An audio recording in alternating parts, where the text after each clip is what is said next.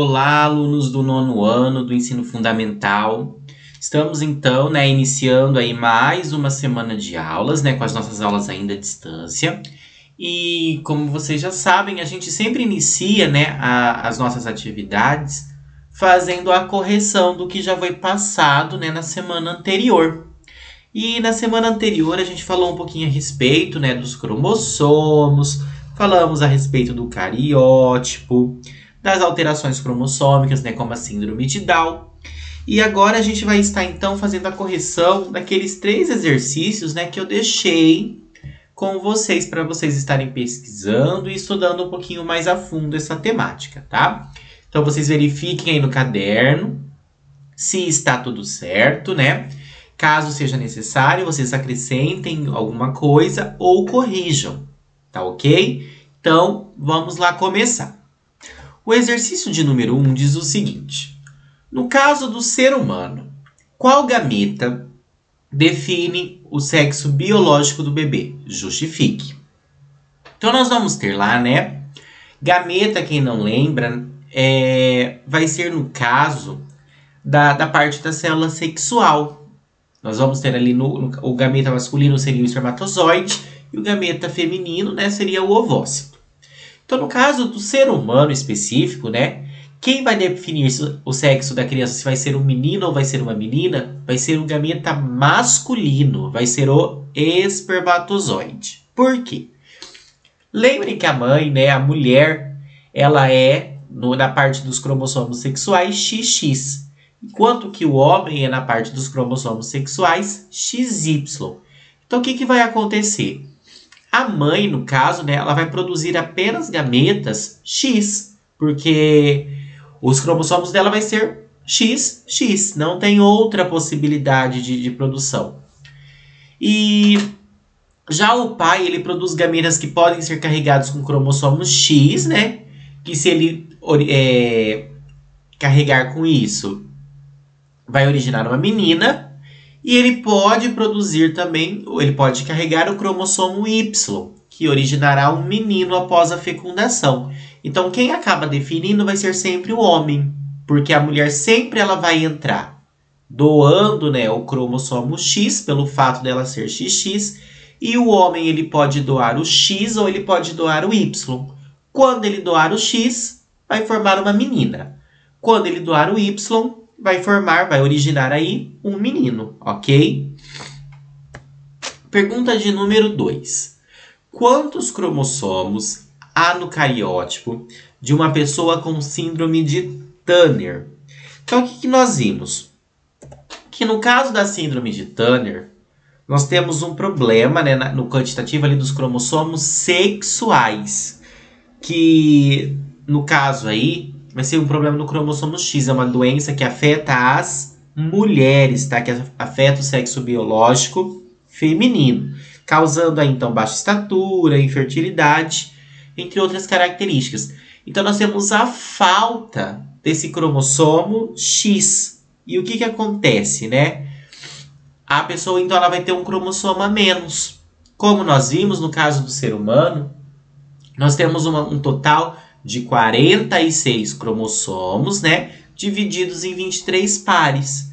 No caso da pessoa, então, que tiver a síndrome de Turner, ela vai ter 45 cromossomos, ou seja, um cromossomo a menos, no caso lá do par de cromossomos sexuais, ok?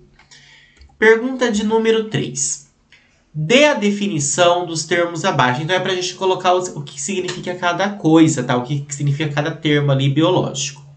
O primeiro termo, gene. Então, nós estudamos, que o gene, ele representa um segmento, ele representa um pedaço da molécula lá de DNA, responsável por carregar as características herdadas geneticamente. Então, todas as nossas características elas vão estar ali distribuídas no DNA. Todos os seres vivos apresentam material genético, Todos apresentam aí o DNA, por exemplo.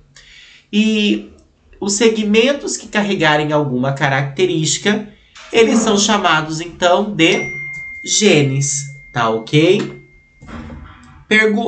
Letra B. cromossomos homólogos.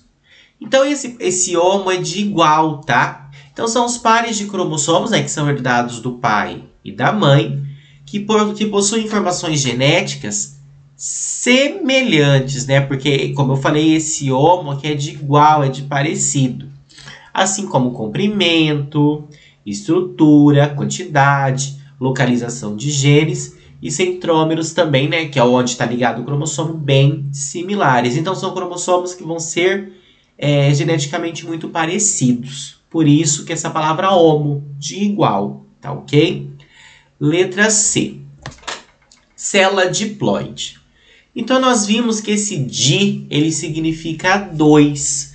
Então, são as células que elas vão possuir, que elas vão conter, né, 2 conjuntos completos de cromossomos. O que nós vimos? Que todas as células do corpo, com exceção das células sexuais, elas são diploides.